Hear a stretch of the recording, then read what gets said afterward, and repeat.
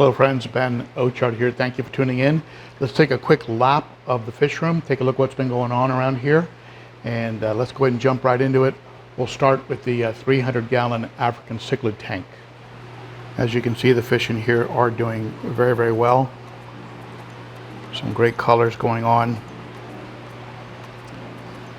The addition of these movement of the last time I moved these rocks here and rearranged these plants, I haven't had a breeding pit incident since then. For some reason, it calmed down this this trout, so he's not so such a horn dog right now. And as a result, all the fish are a little calmer, a little more colored up, and swimming throughout the entire tank. Boy, this Kawingi is really beautiful. Little sand diver. That for some reason this Venusis doesn't seem to be growing much. I've had a lot of Venusis over the years, and they tend to grow like beasts. This one's a real slow grower, as opposed to like the Fusco that just exploded. You can see him back there. He's just a beast. When he comes a little closer, you'll see he's grew like crazy.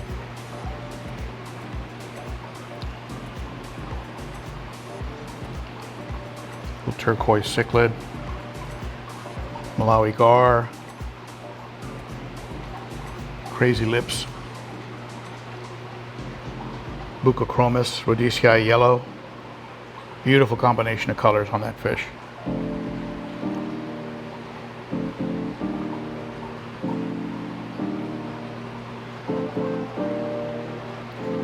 Strigatus, cousin of the eye biter.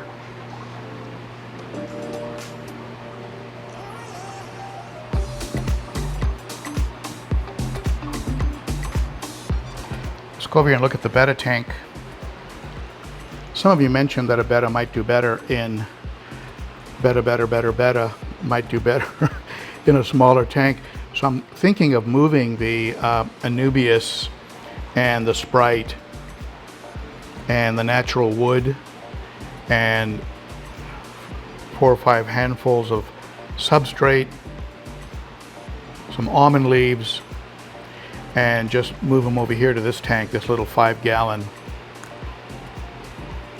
Lights off on it right now, but just move them in here, and maybe even move this upstairs.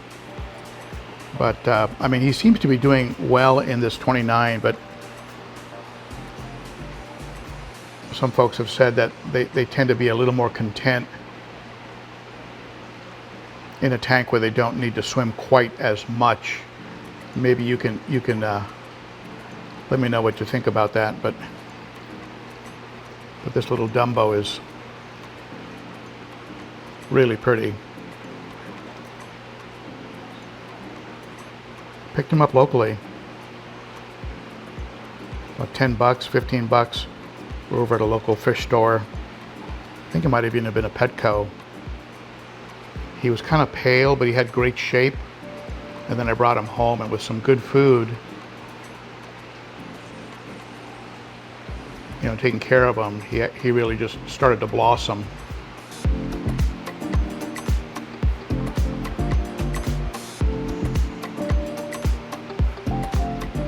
He got a lot of pink in the body, more blue.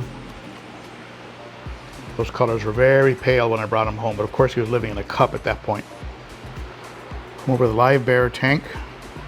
Live bear tank is doing what it's doing. Keeps producing fry. I saw one little teeny one up here in the Sprite. I mean, like the size of the period at the end of a sentence. Oh, there he is. Not sure if you can make him out. Very teeny.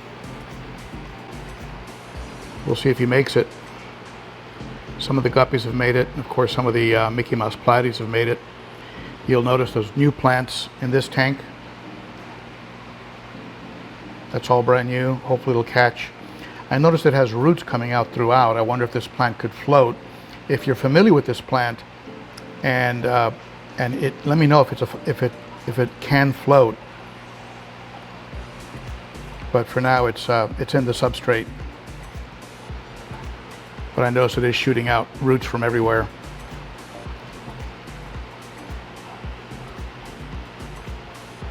The live bears are doing well. Again, they love that. They love zucchini and cucumber. Everybody gets on it. Snails, plecos, fish peck at it. You'll notice the little bumblebees are over here. I brought the bumblebee platies over from quarantine, and they're loving life. Nothing new to report here on the 29th. At this point it remains relatively empty, waiting for a new project. Siamese algae eater is tearing apart this cucumber, hanging on this Zoomed. This is it's a Zoomed floating vegetable holder, which I really like. One of them though filled up with water and sank, so they're not all entirely they're not all going to float like they say they will. If you watched my last video, you know I'm battling some hole in the head disease in this tank. I'm doing a lot of water changes.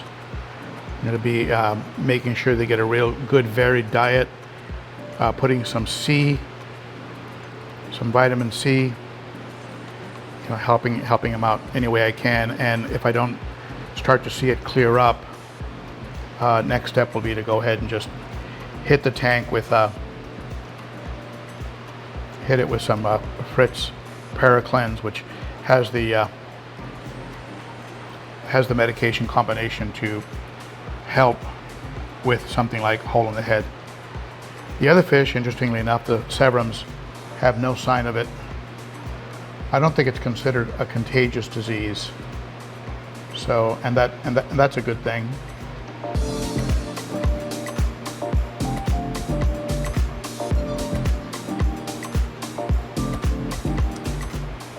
This Severum has become, my red shoulder has become a little bit more bold, a little more active, where usually he would never come up to the camera like this.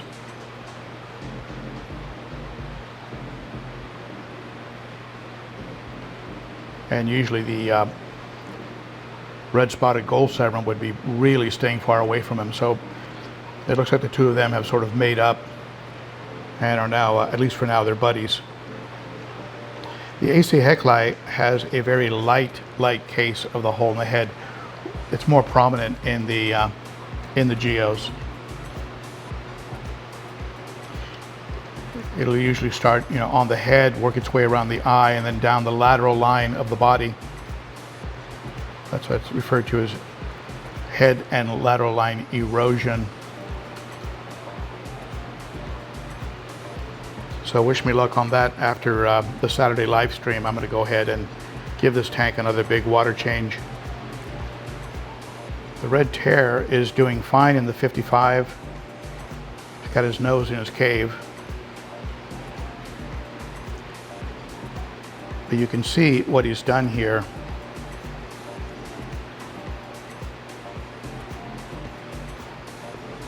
He's completely moved all the substrate. I think when I brought him back over, I had the substrate nice and level. And he's removed all of the substrate underneath the cave. So the cave is actually on the glass bottom. And he's created this big ridge right here. See the size of it. So he's been busy. He's been busy moving stuff around.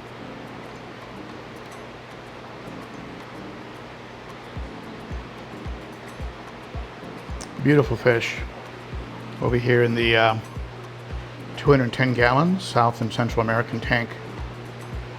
Business as usual, with Firemouth and the Nicaragua arguing.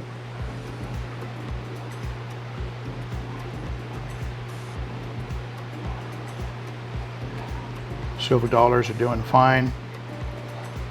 None of them looked overly harassed. Salvini is behaving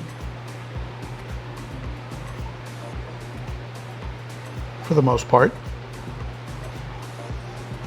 very territorial. I can't even imagine if I was to breed this female. I mean, she would probably go insane.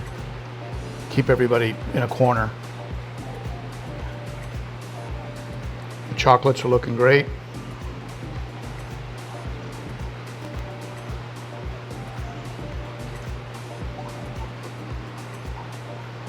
Completely healed up from some of the damage in that recent experiment I did with the red tear.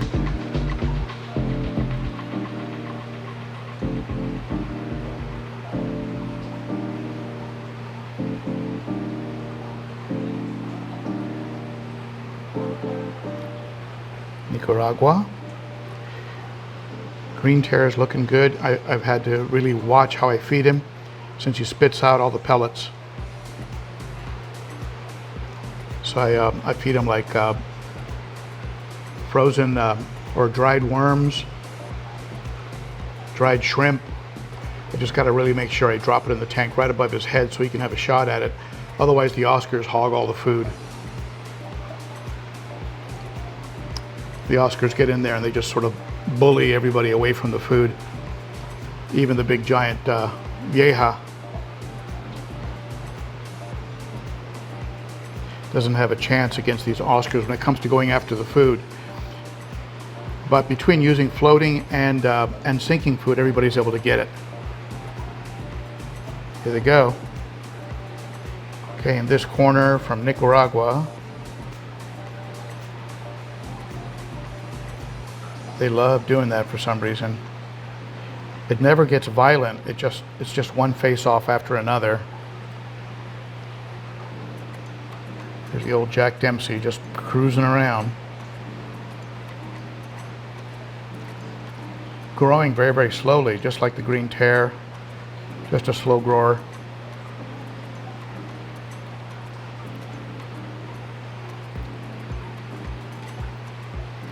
The dominant silver dollar continues to try to breed with all the females.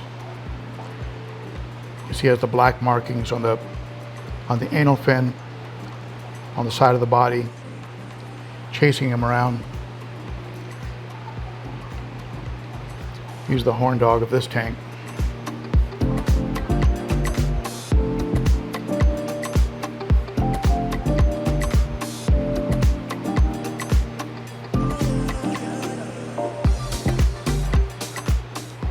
So there's this week's update, lap of the fish room. Any comments, tips, ideas? Be sure to share them below.